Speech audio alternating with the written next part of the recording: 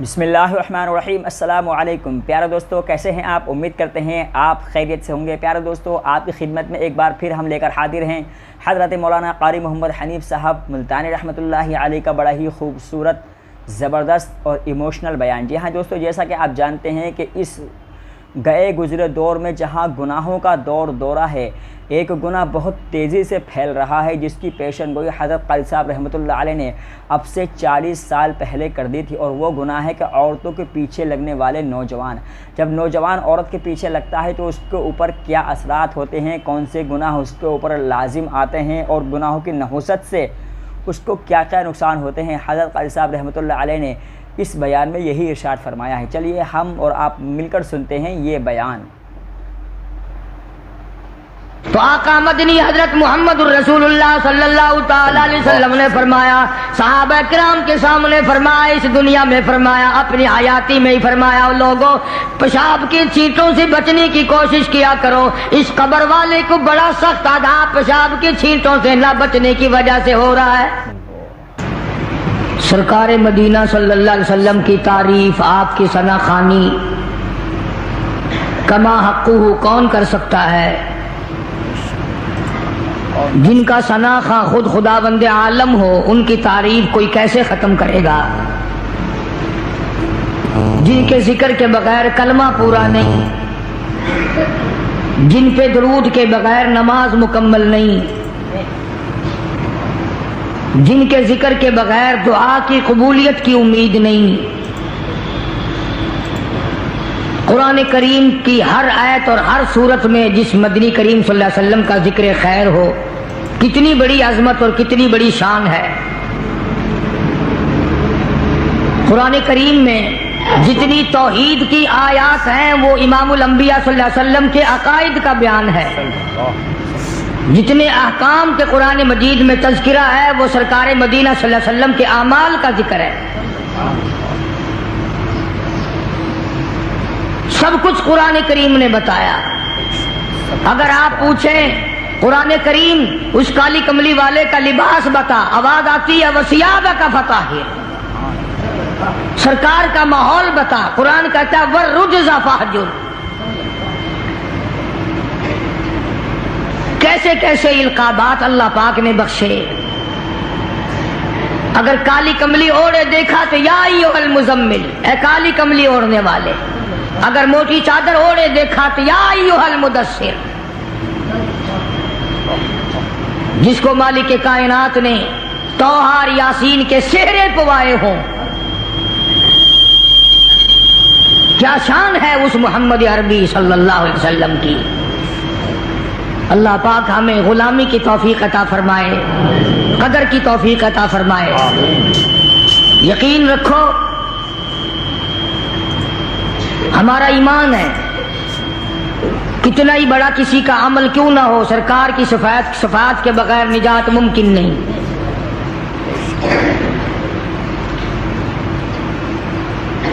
یہ وہ کلام الہی ہے جو سرکار مدینہ کو عطا ہوا، جو اللہ پاک کی زبان نے خود ادا فرمایا، جبریل امین نے لا کر سرکار کو دیا، سرکار نے زندگی بھر اس کی تلاوت فرمائی۔ آج جو میں نے آیتیں پڑھی ہیں ان کا خلاصہ یہی ہے۔ قرآن کریم میں اللہ پاک نے فرما دیا، میرا محبوب جو تمہیں دے وہ لے لو، اور جس سے منع کرے اس سے ہٹ جاؤ۔ واتقوا اللہ، ڈرو میرے اس معاملے میں۔ اگر ایسا نہیں کرو گے تو تمہاری دنیا بھی برباد، تمہاری آخرت بھی برباد۔ پہلی امتوں کی بدعمالیوں کی وجہ سے ان کو دنیا ہی میں طرح طرح کی سزا بھگتنی پڑی، اس امت کو آخرت کے اوپر رکھ دیا گیا، جزا سزا سب کچھ وہاں ہوگا۔ کتنا خوش نصیب ہوگا وہ جوان جس کی قبر کے پاس سے مدنی کریم صلی اللہ علیہ وسلم گزرتے ہوئے فرمانے لگے، اس قبر کے اندر لیٹا ہوا فلانا صحابی سورت ملک کی تلاوت کر رہا ہے۔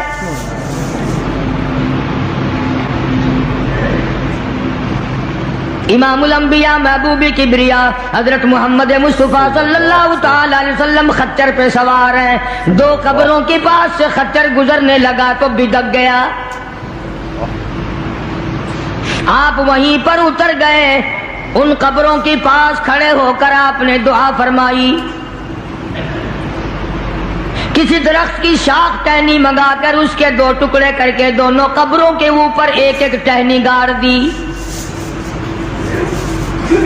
صحابہ کرام کو خطاب کر کے ارشاد فرمایا، محمد عربی صلی اللہ تعالی علیہ وسلم نے، او لوگوں، ان دونوں قبر والوں کو بڑا سخت عذاب ہو رہا تھا۔ آپ نے یہ بھی فرما دیا، اس ایک قبر والے کو عذاب جو سخت میں نے دیکھا، میرا خچر بھی بدک گیا، اس کو پیشاب کی چھینٹوں سے نہ بچنے کی وجہ سے بڑا سخت عذاب ہو رہا ہے۔ آج لوگ جو نماز نہیں پڑھتے وہ کہتے ہیں چلو میرے کل کون سے کپڑے پلیت ہوں گے، پیشاب کیا اور یوں ہی کھڑا ہو گیا، نہ استنجا خشک کرتے ہیں نہ پانی سے استنجا کرتے ہیں، کئی بدبخت کھڑے کھڑے پیشاب کرتے ہیں۔ تو آقا مدنی حضرت محمد الرسول اللہ صلی اللہ تعالی علیہ وسلم نے فرمایا، صحابہ کرام کے سامنے فرمایا، اس دنیا میں فرمایا، اپنی حیاتی میں ہی فرمایا، لوگوں پیشاب کی چھینٹوں سے بچنے کی کوشش کیا کرو، اس قبر والے کو بڑا سخت عذاب پیشاب کی چھینٹوں سے نہ بچنے کی وجہ سے ہو رہا ہے۔ جس طرح بیٹھ کے پیشاب کرو، ہوا کے رخ پہ نہ بیٹھو کہ چھینٹے اڑ کے نہ آئیں، نرم زمین پہ پیشاب کرو، چھینٹے اڑ کر پیروں پہ نہ پڑیں، ایسی جگہ ڈھلوان کی طرح پیشاب کرو جہاں دور جا کے چھینٹے پڑیں۔ لوگ اس کو گناہ نہیں مانتے، اور خصوصاً جو انگریز کے چیلے ہیں وہ تو گناہ ہی نہیں سمجھتے۔ قرآن کریم میں اللہ تبارک و تعالیٰ نے صاف صاف فرما دیا، میرے محبوب کی اطاعت تمہاری نجات ہے، میرے محبوب کا کہنا مانو گے تمہاری نجات ہو جائے گی۔ اور یہاں تو آپ نے قبر کے بارے میں صاف صاف فرما دیا، لوگوں پیشاب کی چھینٹوں سے پرہیز کیا کرو ورنہ قبر کا عذاب بڑا سختی سے ہوگا۔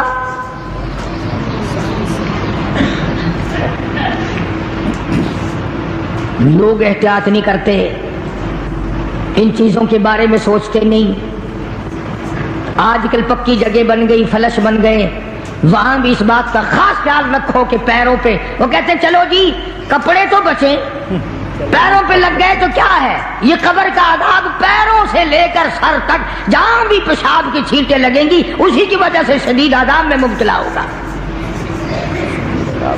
دوسری قبر والے کے بارے میں ارشاد فرمایا، محمد عربی صلی اللہ تعالی علیہ وسلم نے، او لوگوں اس مسلمان کو عذاب ہو رہا ہے اس کی چغل خوری کی وجہ سے۔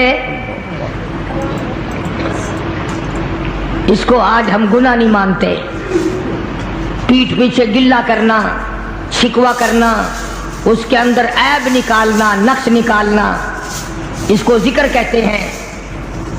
پہلے لوگ شراب خانوں میں بھی چغلی نہیں کیا کرتے تھے، اب تو مسجدوں میں بیٹھ کے چغلی کی جاتی ہے، مسجدوں میں بیٹھ کے گلہ کیا جاتا ہے، منبر رسول پہ بیٹھ کے گلہ کیا جاتا ہے۔ قرآن کریم نے فرمایا، ایاکل لحم اخیہ میتا فکرہتموہ، او لوگوں کیا تم اس بات کو پسند کرو گے، محبوب رکھو گے کہ اپنے سگے بھائی کا مرے ہوئے کا گوشت کھاؤ؟ جس چیز کی برائی اصل میں دل سے نکل جائے پھر اس کو ہم لوگ گناہ بھی نہیں مانتے، اس کو عذاب بھی نہیں مانتے۔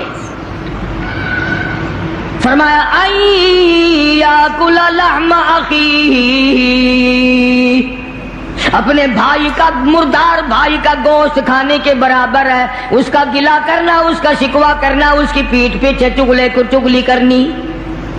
میتا فکرہتموہ، مردہ بھائی کا گوشت کھانے کے برابر ہے۔ قرآن کریم کہتا ہے واتقوا اللہ ان اللہ هو التواب الرحیم، ڈرو میری ذات سے، جو میں نے بتا دیا وہ پکا ہے، وہ اٹل ہے، وہ سچا ہے، اس کے خلاف ہو ہی نہیں سکتا۔ مدینہ منورہ میں اللہ پاک سب کو زیارت نصیب فرمائے۔ رمضان کا مہینہ تھا، 2 عورتوں کو اتنا سخت روزہ لگا، مرنے کے قریب ہو گئی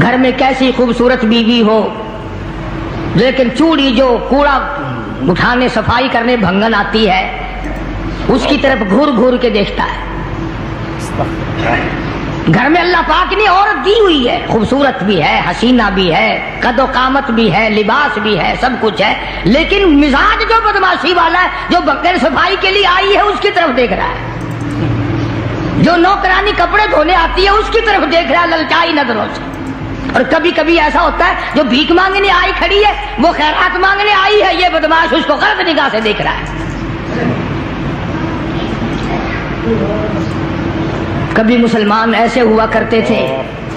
سیدنا فاروق اعظم سبقید رضی اللہ تعالیٰ عنہ, خلیفہ ثانی کی حکومت کا دور ہے. مصر کے کرنل نے فاروق اعظم کو خط لکھا, میرے علاقے کے عیسائیوں نے بہت بڑی سازش کی ہے, سینکڑوں کی تعداد میں بڑی بڑی خوبصورت لڑکیاں جمع کی ہیں, لڑکیاں اکٹھی کی ہیں اور کوٹھی پہ چڑھا کر کے گانے بجانے کا پروگرام بنایا ہے, ڈانس کا پروگرام بنایا ہے, ناچ کا انتظام کیا ہے, اور فوج وہاں سے گزرے گی, لشکر مسلمانوں کا وہاں سے گزرے گا. عیسائیوں نے یہ سارے کا سارا اسی لیے جال بچایا ہے مسلمانوں کے دلوں میں فرق آئے, بے ایمانی آئے, بدماشی آئے, اور گزرنے کا راستہ کوئی نہیں, لشکر کہاں سے گزاروں, میری رہنمائی فرماؤ, مجھے حکم دو میں کیا کروں. سبحان اللہ. فاروق اعظم رضی اللہ تعالی عنہ نے یہ نہیں فرمایا کہ کوئی اور راستہ تلاش کرو, یا ان عیسائیوں کو پکڑ کے مارو, یا ان کی لڑکیوں کے بٹے مارو, ان کو وہاں سے دھکا دے دو. کیا بات کہی جو آج میری تیری عقل میں آنے والی نہیں, میرے تیرے ذہن میں آنے والی نہیں, میری تیری سمجھ میں آنے والی نہیں. جناب فاروق اعظم رضی اللہ تعالیٰ عنہ نے خط لکھ دیا, مصر کے کرنل کو خط لکھا, جنرل کو خط لکھا, فرمایا او اللہ والے کوئی خطرے والی بات نہیں, سارے مسلمانوں کے لشکر کو اکٹھا کر کے, ساری فوج کو اکٹھا کر کے, تمام کے تمام کو اکٹھا کر کے سورت نور کی قرآن کریم کی ایک آیت سنا دے, اس کے بعد سب کو حکم چلنے کا دے دینا.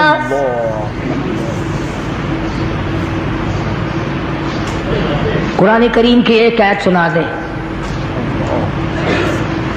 فاروق اعظم کا یقین ہے نا کہ مسلمان قرآن سن کر اس کے خلاف نہیں چلتا.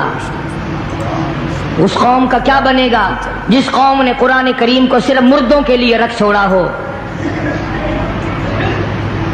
اگلے دن میں ایک جگہ گیا تو فوتگی میں ایک آدمی قرآن کریم اٹھائے ہوئے کھڑا تھا اور سارے کہہ رہے تھے کہ منجا چارپائی جو ہے جنازے کی, میت کو قرآن کے نیچے سے گزارو. میں نے کہا پھر کیا ہوگا کہ بس بخشش ہو جائے گی. قرآن کریم نے ایک آدمی نے اٹھایا ہوا ہے یوں ہاتھ میں کہ اس کے نیچے سے گزار دو.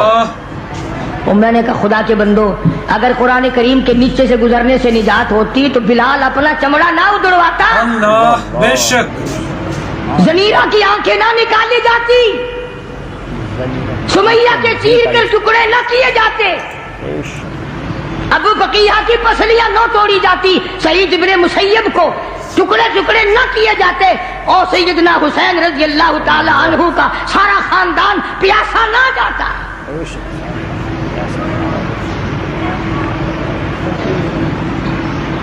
کافی دن ہو گئے, ایک اور جگہ فوتگی میں جنازے کے لیے جانے کا اتفاق ہوا تو سرہانے قرآن کریم رکھا ہوا تھا. میت کی چارپائی جو ہے میت کے سرہانے پہ رکھا ہوا, جہاں تکیہ رکھا جاتا ہے.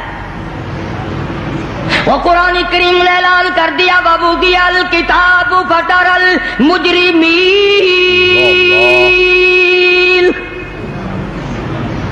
ساری عمر کی کرتوت کمائی کتاب کی شکل میں تیرے ہاتھ میں دے دی جائے گی, تو خود فیصلہ کرے گا. فَمَن يَعْمَلْ مِثْقَالَ ذَرَّةٍ خَيْرًا يَرَهُ وَمَن يَعْمَلْ مِثْقَالَ ذَرَّةٍ شَرًّا يَرَهُ. اللہ پاک نے اعلان کر دیا, لوگوں ذرہ برابر نیکی کرو گے وہ بھی سامنے آ جائے گی, ذرہ برابر برائی کرو گے وہ بھی سامنے آ جائے گی.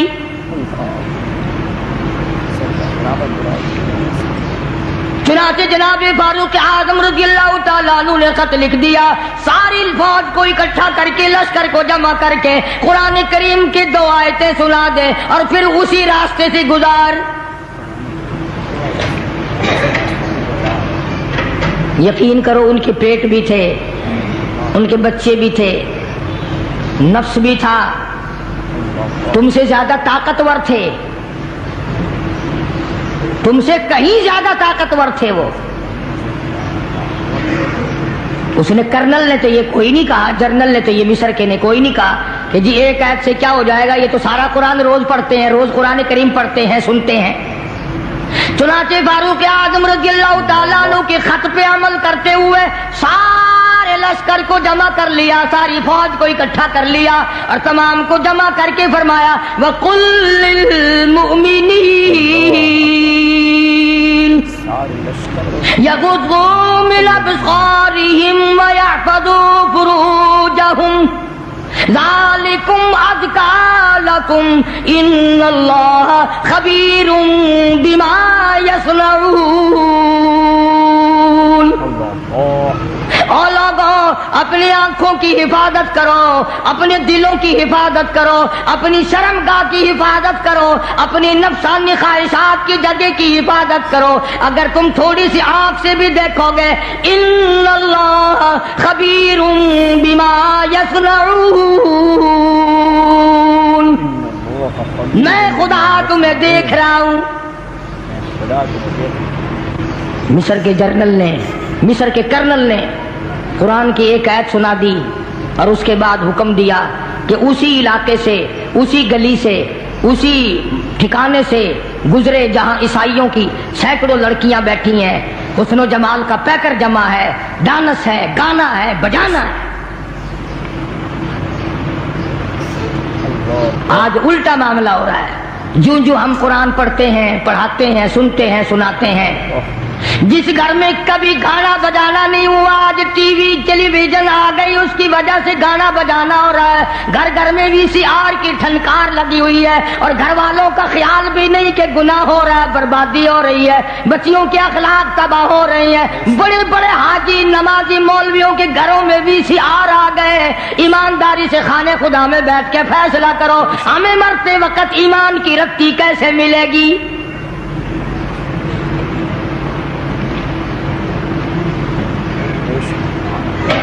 مسلمانوں کا لشکر گزر رہا ہے، فوج مسلمانوں کی گزر رہی ہے، لڑکیوں نے ڈانس کیا، گانا بجانا کیا، تالیاں بجائیں، عجب انداز کا۔ اسی لیے قرآن کریم نے فرمایا اپنی آنکھوں کی حفاظت کرو۔ آنکھ ابتدائی گناہ کرتی ہے، پہلا زنا آنکھ سے ہوتا ہے۔ جناب امیر عثمان رضی اللہ تعالیٰ عنہ کی خلافت ہے، مجلس لگی ہوئی ہے، ایک آدمی آ کے بیٹھا ہے۔ حضرت عثمان رضی اللہ تعالیٰ عنہ نے فرمایا لوگ کتنے برے ہو گئے، آنکھ کا زنا کر کے میری مجلس میں آ کے بیٹھتے ہیں۔ آنکھ کا زنا کر کے میری مجلس میں آ کے بیٹھتے ہیں۔ کسی نے فوراً اعتراض کر دیا وہی آئی ہے آسمان سے، تمہیں کیسے پتا چلا؟ جناب عثمان رضی اللہ تعالیٰ عنہ فرمانے لگے تمہیں کیا معلوم ہے، جب سے میری مجلس میں وہ آدمی آ کے بیٹھا ہے میری مجلس میں گناہوں کی بدبو مچ گئی۔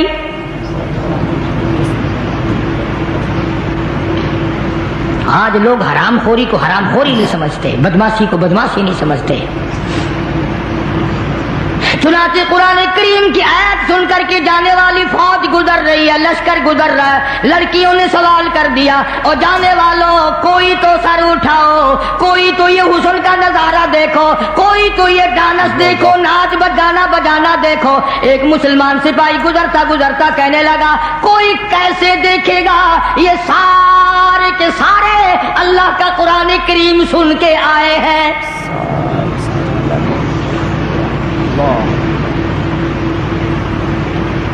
ہم نے تو نہیں کبھی سنا۔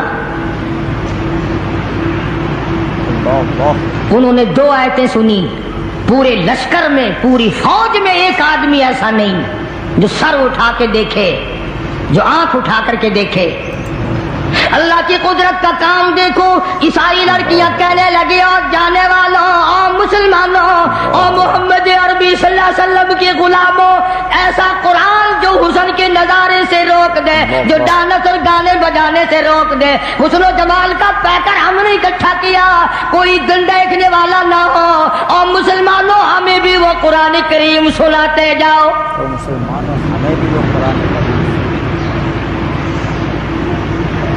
ہمیں بھی وہ قرآن سناتے جاؤ. چنانچہ ایک مسلمان سپاہی گزرتا گزرتا جا رہا ہے اور پڑھتا ہے قل للمؤمنین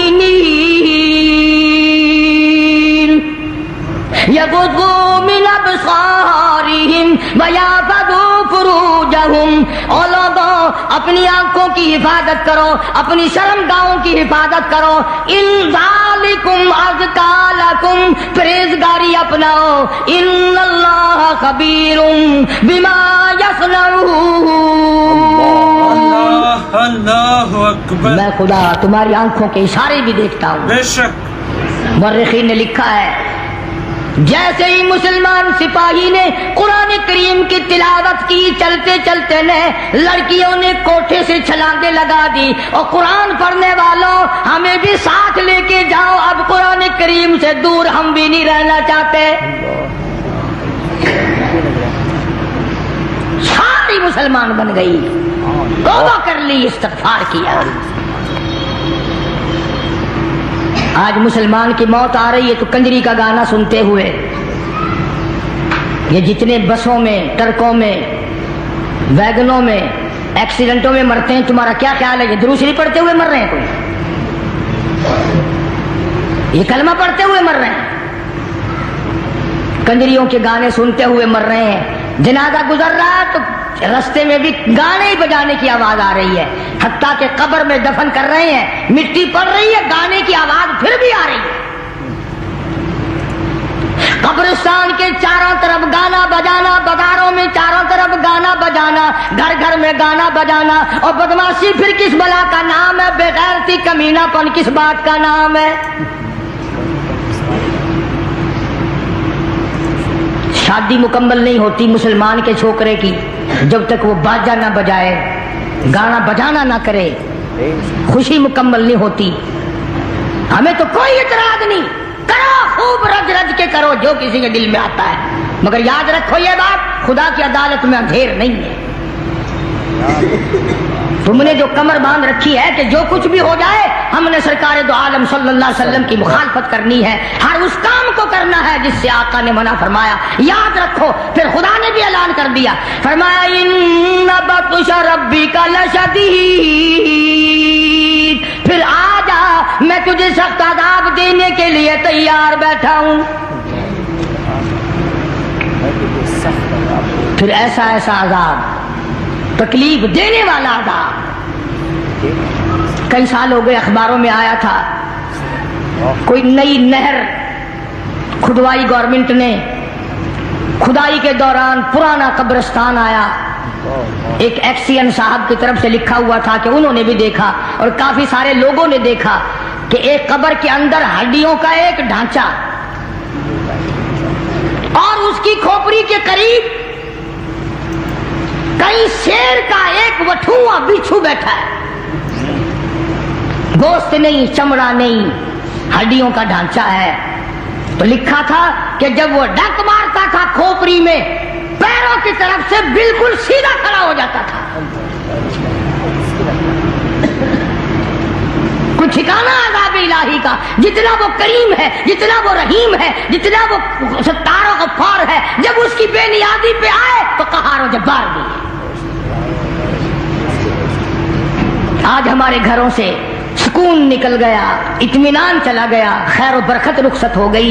اللہ اللہ ہمارے گھروں میں نہیں رہی. عورتیں نماز نہیں پڑھتی، مرد نماز نہیں پڑھتے، قرآن کریم کی تلاوت کرنے والا کوئی نہیں. بتاؤ یہ گھر ہے مسلمان کا گھر ہے یا کراڑ کی منڈی ہے؟ بس وہ طریقہ تجھے بتا دیا ملا نے کہ مرنے کے بعد 1 گھنٹہ قرآن کریم پڑھوا لینا، 80 سال کی نمازیں ختم، 80 سال کے روزے معاف ہو جائیں گے، 80 سال کی بدماشی معاف ہو جائے گی، جوا تاش سارا معاف ہو جائے گا. چٹی داڑھی، بڑھے پایا ہوا، قبر میں پاؤں لٹک رہے، اب بھی تاش کھیل رہے ہیں. ابو داؤد شریف میں حدیث پاک ہے، ارشاد فرمایا محمد عربی صلی اللہ تعالی علیہ وسلم نے، او لوگوں جو آدمی تاش کھیلتا ہے ایسا سمجھو جتنی دیر تک تاش کھیلتا رہا جیسا کہ سور کے لہو میں ہاتھ ڈبوئے بیٹھا ہے. اور اتنی سختی تو محمد عربی صلی اللہ علیہ وسلم نے کہیں بھی نہیں فرمائی کہ جوا کھیلنے والا، تاش کھیلنے والا سلام کرے تو اس کے سلام کا جواب نہ دو، اگر سلام کرے اس کے سلام کا جواب نہ دو. یہاں ساری رات کھپ جاتی ہے، بچپن سے عادت پڑتی ہے غلط چیزوں کی، نہ ماں باپ ٹوکتے ہیں نہ کوئی اور طرح کی باتیں کرتا ہے. بہرحال دین کسی کا محتاج نہیں، قرآن کسی کا محتاج نہیں، اللہ کا دربار کسی کا محتاج نہیں. جو کرو گے تمہارے پلے باندھ دیا جائے گا، جو نہیں کرو گے وہ تمہیں نہیں ملے گا. لاکھ ملا کوشش کرے جب تک تیرا اپنا عمل صحیح نہیں، نجات ممکن نہیں.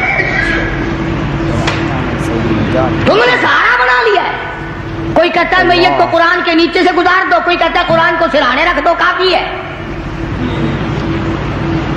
آؤ تم کہو گے تو صحیح، مگر سن جاؤ قاری حنیف سے مدنی کریم صلی اللہ علیہ وسلم کی حدیث پاک. نبی کا غلام ہے، نبی صلی اللہ علیہ وسلم کا غلام ہے. بتاؤ غلام ہو حضور کا اور سامان ہو حضور کا صلی اللہ علیہ وسلم. توجہ کرو، دل کی تختی پہ لکھ کے لے جاؤ، کام آئے گی زندگی بھر یہ بات. غلام بھی نبی کا، سامان بھی نبی کا، ڈاچی بھی نبی کی صلی اللہ علیہ وسلم. تینوں چیزیں نبی کی ہیں. غلام بھی سرکار کا، سامان بھی سرکار کا، ڈاچی بھی سرکار کی صلی اللہ علیہ وسلم. سامان لاد رہا ہے، دشمن کی طرف سے تیر آیا، اس غلام کو لگ گیا، دل پہ تیر لگا، فوراً مر گیا. سارے صحابہ نے شور مچایا، جنتی جنتی جنتی جنتی جنتی، شہید ہو گیا شہید ہو گیا جنتی. سرکار تشریف لائے، اللہ اکبر. سرکار مدینہ سب کا جو صلی اللہ علیہ وسلم تشریف لے آئے اور یوں دیکھا، فرمایا ہوا فی النار.